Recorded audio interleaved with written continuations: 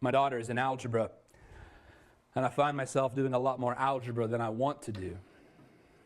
You know, when I was in high school, I used to ask my teachers all the time, when am I ever going to use this in my life? It turns out now, when I'm doing homework with my kids.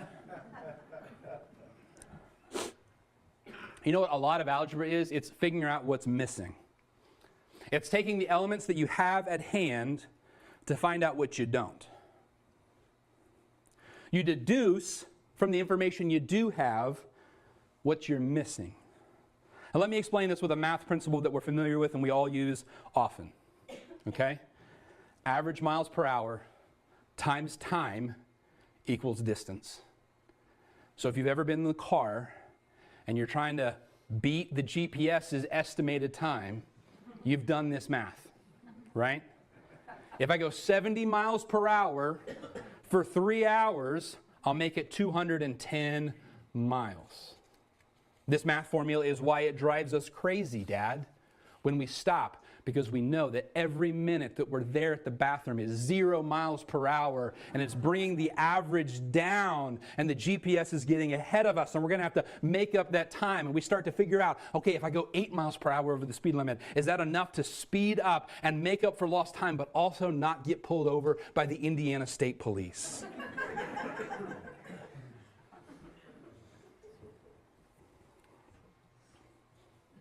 And algebra is taking it and kind of working the problem in reverse. It's figuring out what we're missing.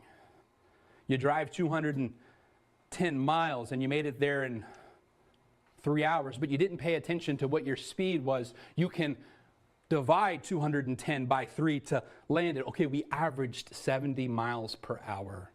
That's what we were missing.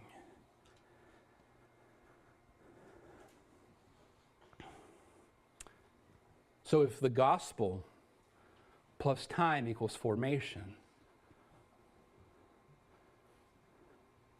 and there's no formation, but there's been time, what's missing? See, if there's been 10 years of supposedly walking with Jesus and nothing has changed, nothing is different, what's missing? The gospel is missing. Something isn't correct, something isn't right, something is broken, something is missing. So, well, Pastor Daniel, I'm kind of brand new to this. Well, then what's lacking is not the gospel, it's time.